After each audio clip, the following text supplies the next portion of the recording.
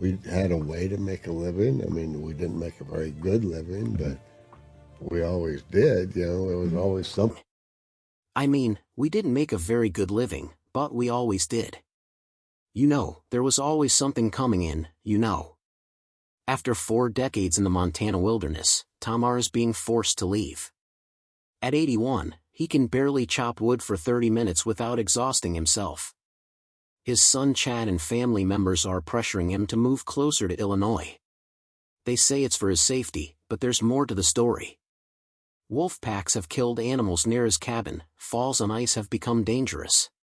Tom's health crisis in 2024 was the breaking point. What his family discovered about his condition will shock you. The man who survived everything nature could throw at him is finally surrendering to age and reality. Tom Oar came into the world in March 1943 in Rockford, Illinois, a quiet place shaped by farms, long fields, and the spirit of the old American West. His father, Chick Oar, was already living that life for real. CH spent his days traveling across the Midwest performing in Wild West shows, pulling crowds in with trick riding and roping stunts that made people forget everything else for a moment. Tom watched all of this from the time he was small. And by age 7, he and his brother Jack were already learning how to balance on running horses and pull off tricks that seemed impossible for kids their age. The family didn't live fancy. Most of what they had came from hard work, and Tom learned early how to repair his own gear and help train horses. That simple life planted something strong inside him, something that would stay with him long after those early years passed. But the excitement of those shows came with danger. When Tom was 8, he watched his father break his arm during a roping demonstration in front of a full crowd. One moment the tricks looked smooth and the next his father was on the ground in pain. It shocked Tom, and the fear in that moment stayed with him for years. Wild West shows weren't just entertainment. They were filled with gunshots, fast rides, and rope tricks that could go wrong at any second. As Tom traveled with his family through towns in Wisconsin and Iowa, he saw the beauty in the risk of that life over and over again. Still, he kept learning. By age 7, he already understood how to handle a rope and guide a horse. And he carried those skills like a badge through the rest of his childhood. At 15, that bold streak grew even stronger. Tom decided he wanted rodeo more than school. And his mother supported him in her own quiet way. She drove him to the edge of Rockford, stopped the car, and let him step out with nothing more than his bull rope, his rigging bag, and whatever courage he had inside him. She didn't hold him back. She didn't give long warnings. She just trusted him. Tom then hitchhiked all the way to Ohio, traveling nearly 300 mi with only $5 in his pocket. He slept at truck stops and relied on strangers to get him closer to where he wanted to be. That moment, that simple drop-off at the side of the road, became one of the first big steps in shaping who he was. But long before that decision, his childhood was already different from most kids. At 7, he and Jack were trick riding under their father's watch. Their father taught them moves like the back vault, where they leaped over a galloping horse and landed on the other side. Sometimes they landed in the ground instead. The dirt in Illinois was hard and the falls hurt, but Tom kept getting back up. Those early tricks built core strength and a fearless attitude that pushed him deeper toward rodeo. By 15, competitions felt natural to him. Every fall, every bruise, every failed trick shaped him in ways school couldn't. Rockford itself became Tom's training ground. He and Jack roamed the countryside with no adults watching. They carried slingshots and hunted rabbits and squirrels. They fished in small creeks and stayed out for hours, sometimes for entire days. Nature became their playground and their teacher. That freedom made it almost impossible for Tom to sit still in school. His mind drifted to the woods, the fields, and the open air. Teachers didn't understand him, but his parents accepted that he needed the outdoors more than he needed a desk. It taught him survival, patience, and self-reliance long before he even knew what those words meant. By age 10, rodeo pulled him in even harder. He would sneak into county fairs, watching brown riders fly through the air and land with dust rising around them. When he got home, he tried to copy them. One day, he climbed onto a stubborn steer in the barnyard with a makeshift saddle. The steer bucked so hard that Tom flew off and sprained his wrist. He could have quit, but he didn't. Instead, he felt proud. The injury felt like proof he belonged in that world. The next day, he was already back trying again. Life on the road with his father shaped him even more. Cheeky's show schedule took them across Wisconsin and Iowa in an old truck, and Tom learned to be part of the act behind the scenes. He held ropes, helped prepare horses, and studied the performers. He learned how to read a crowd and how to stay calm when things went wrong. While other kids went to school every day, Tom missed weeks at a time because he was traveling. Yet, he was learning more from the road than from any classroom. Those miles turned him into someone who wasn't afraid of new places or new challenges. At 12, he faced one of the scariest moments of his young life. During a family outing, he tried to cross a swollen river. The water rose fast and pulled him off his feet. He drifted downstream and grabbed onto a floating log, holding tight for nearly 20 minutes. He fought to keep his head above water. Jack spotted him and pulled him out. Tom was exhausted and shaken, but he survived. That moment taught him how quickly nature could turn dangerous. It also showed him that survival often depended on quick thinking and pure will. That lesson stayed with him forever. By 14, nothing at school made sense to him anymore. So, he made a choice. He walked away from formal education and focused entirely on horses and training. It wasn't a normal decision. Kids were supposed to stay in school until at least 16.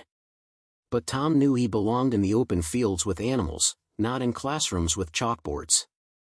He later said he never felt regret. The real lessons came from the life he lived, not from books. Everything changed again in 1958 when he was 15. With his mother's blessing, he stepped onto the side of the road and hitchhiked 300 to Ohio. The highway seemed endless. Some nights he slept inside truck stops. Some nights he barely slept at all, but every mile pushed him closer to rodeo. When he reached Ohio, he joined a small rodeo outfit as a complete beginner. He had nothing but hope, a bull rope, and a desire to earn his place. His first professional ride was on a 1/200 lb Brahman bull. The arena was dusty and loud. Tom climbed on, tried to hold his grip and lasted 4 seconds before being thrown hard onto the ground. The bull stomped around him, and he crawled away bruised and hurting. He earned $25 for that ride. For a teenager in 1958, that was a big amount. He spent a week recovering in a cheap motel because there was no medical care nearby. But instead of quitting, he used the injury as motivation. He kept riding, traveling from one town to another, sleeping wherever he could, and doing whatever it took to stay in the game. Then came one of the scariest moments of all. In 1959, during a rodeo in Michigan, he rode a bull named Iron Jaw. The bull gored him in the thigh, and blood poured down his leg. There were no doctors around. That small detail saved a lot of riders from injury and improved competition. His advice became part of rodeo training, and older cowboys still mention how much they learned from him. His leadership spread far beyond the arena because he shaped riders who would become stars in their own right. Then came the day that nearly ended everything. It was February 14, 1970. Tom was 27 and climbing onto an 1800 lb bull named Woolly Bugger. The chute opened and the bull flew out with such force that Tom hit the arena rails within 3 seconds. The impact knocked him unconscious. His hands stayed trapped in the bull rope and the bull dragged him nearly 50 feet across the dirt. Rodeo clowns ran in, risking their own lives, trying to pull the bull away. Spectators watched in silence as Woolly Bugger tossed and stomped Tom's limp body for almost 2 minutes. Blood soaked the dirt. He had a punctured lung, 6 broken ribs, and internal injuries that left him unresponsive. He stayed unconscious for 3 hours. That ride became the closest he ever came to dying inside a rodeo arena. The arena had no ambulance service, so someone rushed him to a hospital in a truck. Doctors drained fluid from his chest and repaired torn muscles. He stayed there for 3 weeks. The pain was so heavy that he drifted into hallucinations, seeing himself die in the arena dirt again and again. Rumors spread across rodeo circles that Tom had actually died, and friends started sending condolences. When he finally stood again, he carried more than broken bones. He carried fear, doubt, and a shift inside himself that he could not ignore. The injury left him with chronic back pain that lasted decades and forced him to change his riding stance. He avoided the most dangerous bulls from that point on. His results slipped. He felt the difference every time he climbed into the chute. Still, he returned to competition just a month after the accident. People could not believe it. His rankings dropped, but the fact that he walked back into the arena at all showed the depth of his spirit. As the years passed, the winters hurt more. His body no longer healed the way it once did. The pain, the fear, the memory of that holiday disaster pushed him toward another life.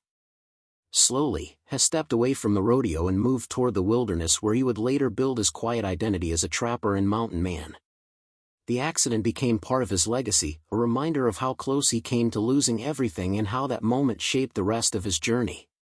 By 1975, Tom was ready to try something new. He landed his first major Hollywood stunt job. The scene required him to fall 15 feet from a moving wagon in a Western filmed in Montana. He had custom padding under his chaps to soften the landings, and he performed the fall multiple times for $500 per take. It was good money for a rodeo cowboy. Directors liked that he brought real skill to the camera, and they began calling him for more work. Those connections opened doors and made him part of a small group of real cowboys used for authentic Western stunts. Then came another round of offsbacks. In 1978, he had stunt credits in 3 films and was gaining momentum, but a lasso stunt in Montana went wrong and twisted his knee badly. The pain forced him to step away from Hollywood for a while. Later in 1982, a chase scene near Billings turned dangerous when his horse bolted and threw him into a ravine. He fractured his collarbone. That fall convinced him that scripted danger was no safer than rodeo danger, and he decided to leave that world behind, too. Through the 1970s and early 1980s, his rodeo peak came in 1980 when he finished as runner-up at the IRA Braun riding event. He often placed in the top 10 and kept riding at a high level, but the injuries added up. Over his career, he broke more than 50 bones. Medical studies showed that rodeo riders faced an 89% chance of injury every season. And Tom lived proof of that. Broken ribs, concussions, torn ligaments, and long winters left him aching. To support himself, he picked up trapping in the off-seasons, a habit that later became part of his new identity. In 1984, Tom rode his last saddle bronc at age 41. By then, he had saved about $200,000. That money gave him the freedom to walk away and start fresh. His farewell event was emotional, filled with friends and fans who respected everything he had given to the sport. His retirement was not only about pain. It was about wanting a quieter life, one where he could hunt, trap, and live close to the land.